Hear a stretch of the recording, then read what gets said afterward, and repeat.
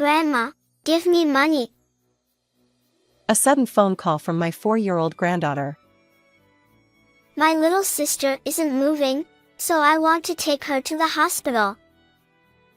I couldn't believe my ears.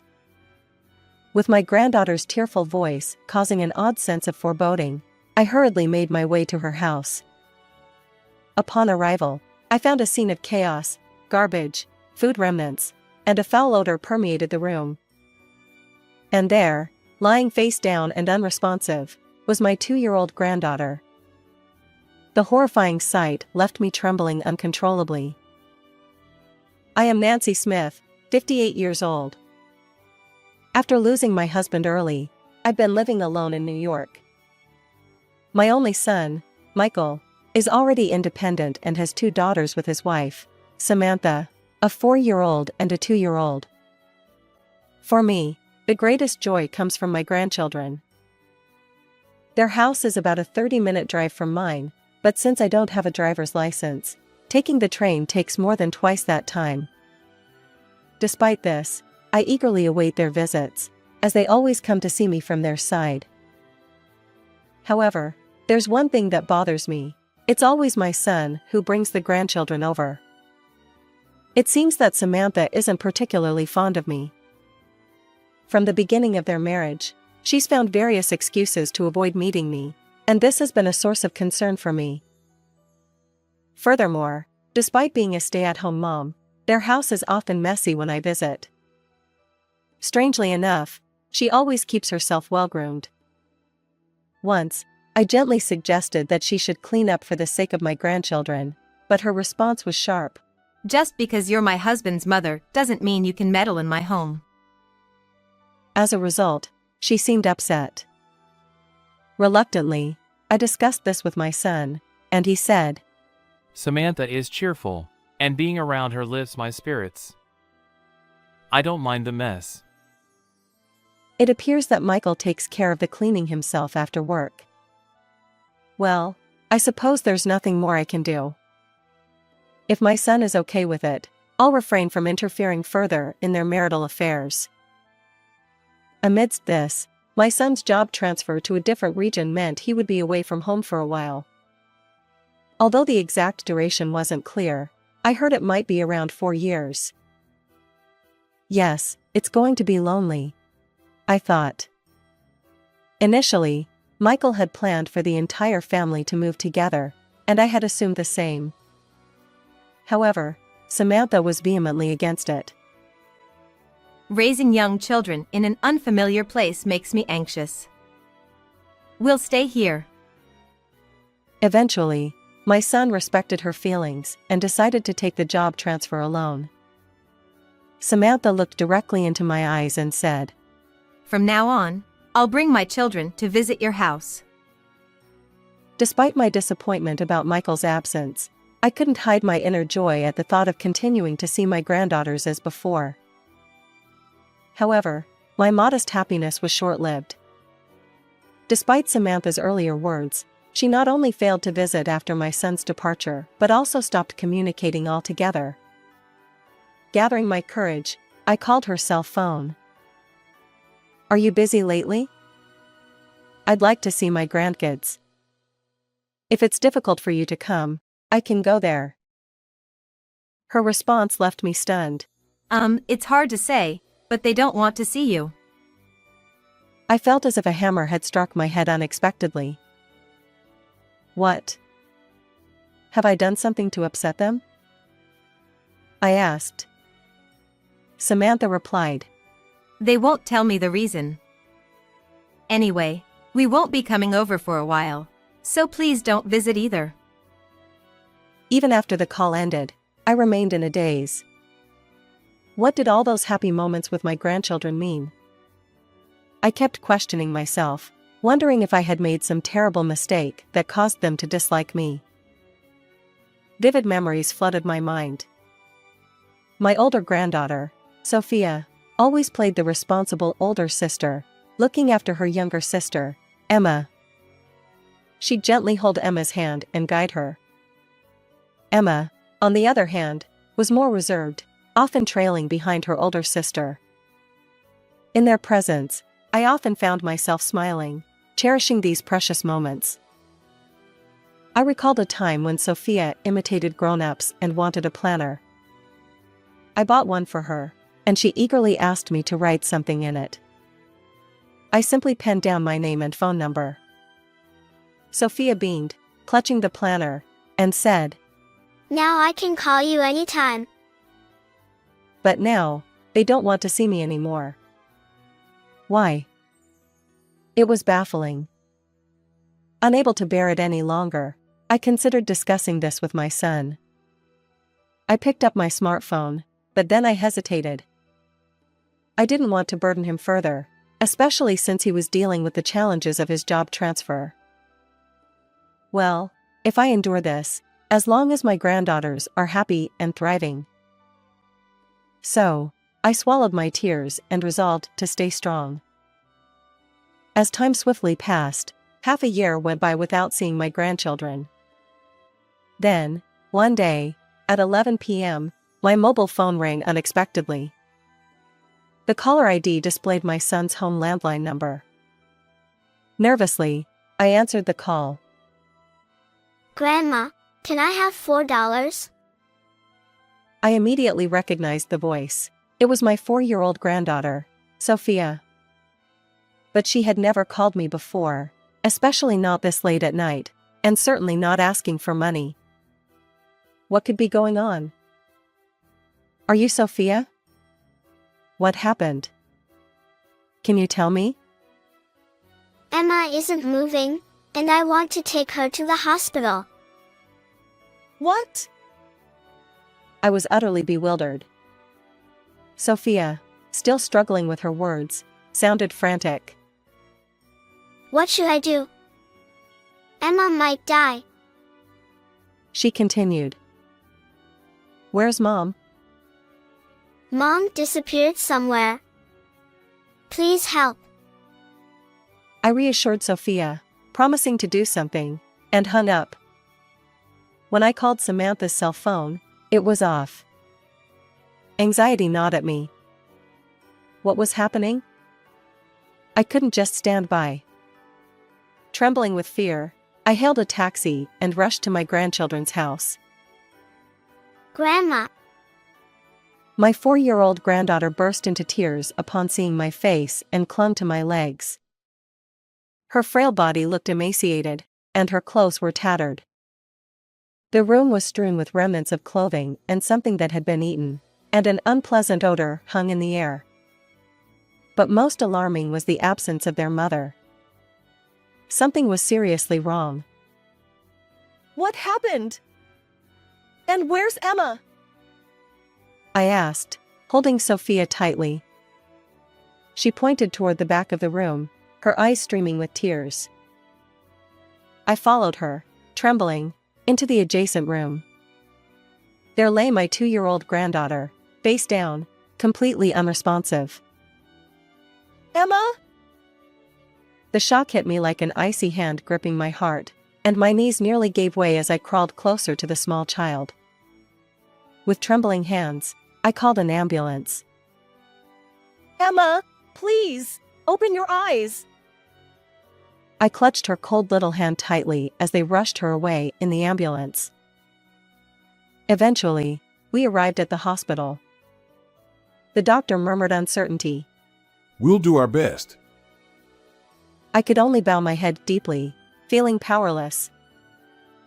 Is Emma going to be okay? Absolutely.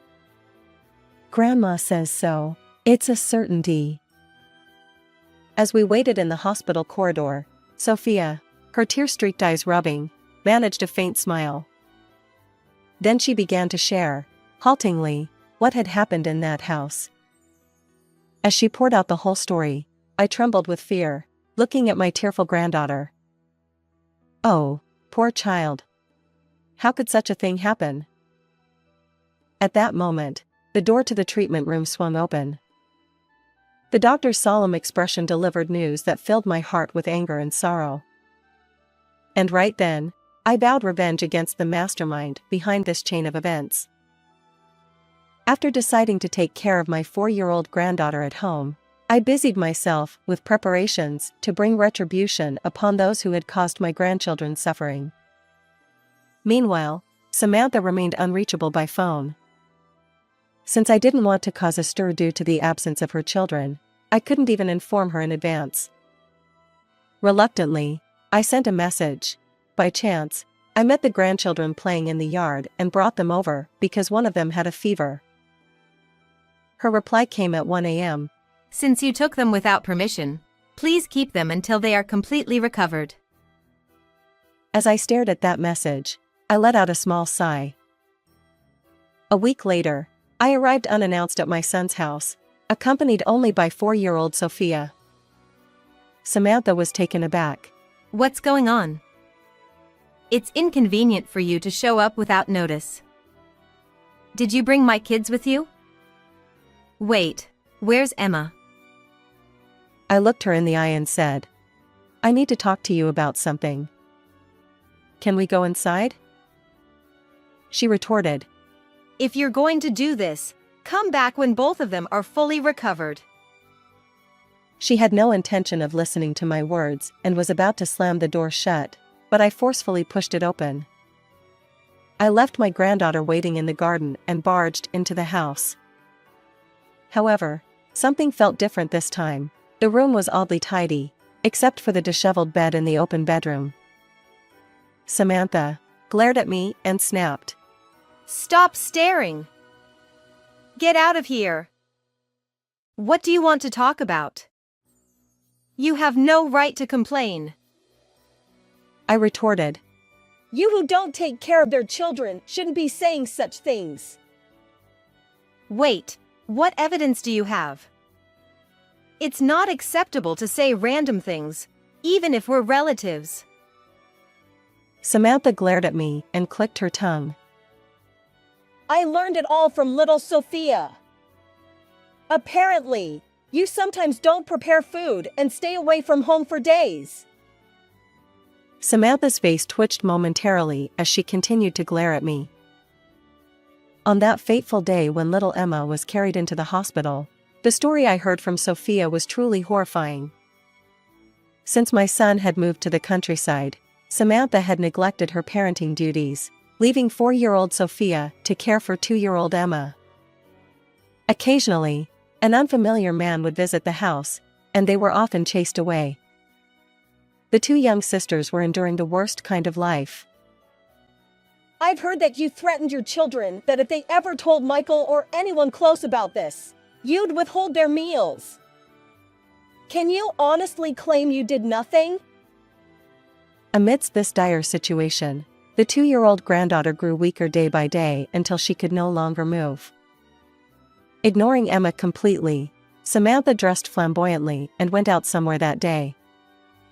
Sophia thought, Surely Grandma will do something. She relied on the phone number I had once written in her personal notebook.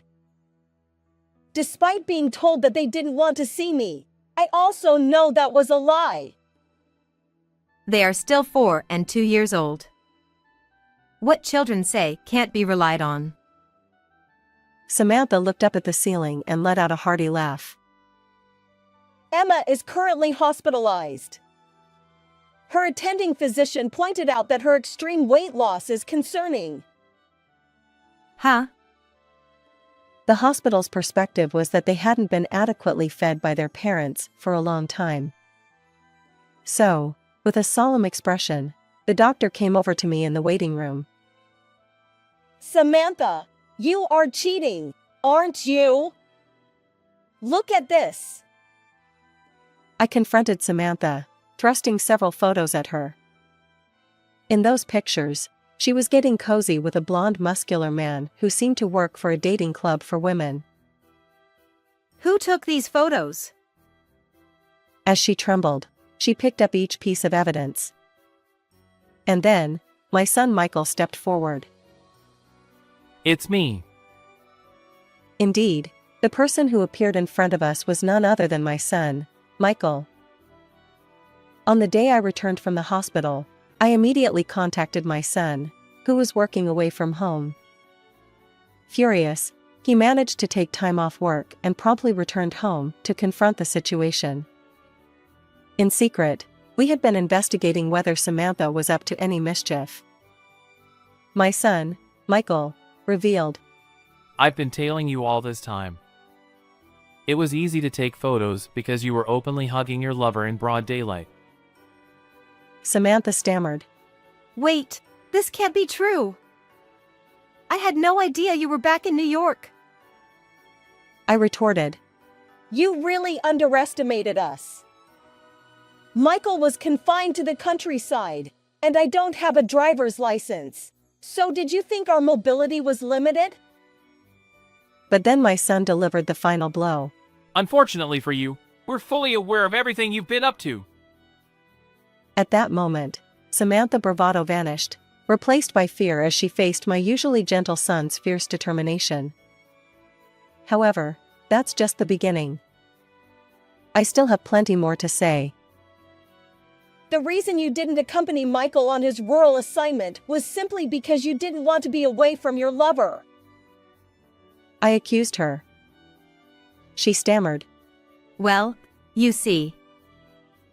And this time, the unusually tidy room? Clearly, you had the man over. Look at this. It tells the whole story. The comforter had fallen to the floor, and the sheets were terribly disheveled. When I pointed to the trash can by the bedside, she averted her gaze. My son, Michael, chimed in. That man has already confessed, so you might as well give up. What? What do you mean? She seemed taken aback. Apparently, just minutes before our unexpected arrival, she had been enjoying herself with her lover in her home. The man, caught off guard by our sudden appearance, had leaped out of the window stark naked, only to be apprehended by my son. And there he was, willingly exposing their affair. I heard it from that guy. I married my husband just for his money. That's your favorite phrase, isn't it? No, it's not like that. I love only you. I was lonely without you, Michael. That kind of talk is unbelievable. We're getting a divorce. And I'll be seeking alimony, so brace yourself. Please, not that. I have debts. I don't have a job, and if you abandon me, I'll have no way to repay them. Samantha, who had apparently accumulated a substantial amount of debt to cater to her lover, was completely distraught. She clung to my son, regardless of appearances, desperately pleading. Please, I promise to change. Even for the sake of my children, a mother is necessary. Such a despicable person, attempting to use her children as leverage to prevent divorce. However, children are far from naive. We don't need Mom because Grandma is here. Sophia's voice echoed through the hallway as she secretly listened to the adults' conversation. Wait, what are you saying? I love you and Emma dearly. Come over here. But Sophia retorted. No way. Emma and I both hate Mom. As if to emphasize the point, my granddaughter turned her back on her mother, who had a forced smile and opened her arms wide, and ran back to the garden. Since Sophia feels the same way, it's settled. Expect a call from the lawyer soon. Samantha clenched her lower lip and turned toward me. This is all the old hag's fault. You need to take responsibility. Oh, your defiance is almost refreshing. But enjoy it while it lasts. You see, your neglect of the children has already been reported to the police by the hospital. And what does that matter? Surely something like this can't be a crime? Didn't you know? Neglecting childcare is a serious offense. Depending on the severity, it could result in a prison sentence of 3 months to 5 years. What? Absolutely not. I won't go to jail. She turned pale, clutching her head, and began to panic on her own. Yeah, that guy? He seems to think of you as nothing more than a human ATM. Apparently, he's got a real girlfriend waiting for him. That's a lie. Why did I devote myself to him? He's planning to move abroad with the other woman. He might be in the skies soon. As my son looked pointedly upward, Samantha's eyes welled up, and she sniffled. And by the way, when I told your parents, they said we're cutting off our daughter. We don't want to see her face ever again, so tell her that. Even though they're my own parents, how cruel. Well, you're one to talk. Your actions have been far worse towards Sophia and Emma. My raised voice made Samantha flinch, and eventually, she broke down in tears, her eyes reddening. I'm so sorry. Please help me. I have no one else to turn to. You neglected your young daughters, yet you expect forgiveness for yourself? That's audacity. Samantha stuttered. Having no words to say, she finally collapsed in front of us. However, my son, who had been working hard away from home for the sake of the family, and the resilient 4-year-old Sophia, who endured her mother's mistreatment, weighed heavily on my mind. And even now, with my 2-year-old grandchild teetering on the edge of life, I couldn't bear it. Never show your face in front of us again. And remember this, neither I nor my grandchildren will ever forgive you. We, my son and I, escorted the sobbing Samantha out of the house. Subsequently, Michael and Samantha's divorce was finalized, and custody of my grandchildren went to my son. Michael demanded $20,000 in alimony from Samantha, along with a monthly child support of $400 for their 2 children. Samantha is currently undergoing police questioning due to neglecting childcare, and she appears worn out and pale. Even if the legal proceedings conclude, Samantha faces a challenging future with substantial debts and financial obligations. Additionally, my son sought $15,000 in alimony from Samantha's lover, who promptly paid up to avoid further trouble. Miraculously, Emma has recovered and was recently discharged from the hospital. My son's transfer to the New York headquarters led to all 3 of them moving into my home. Watching my adorable grandchildren grow every day, I feel incredibly happy. How did you find this story? Don't forget to subscribe to the channel. Until next time in the next video.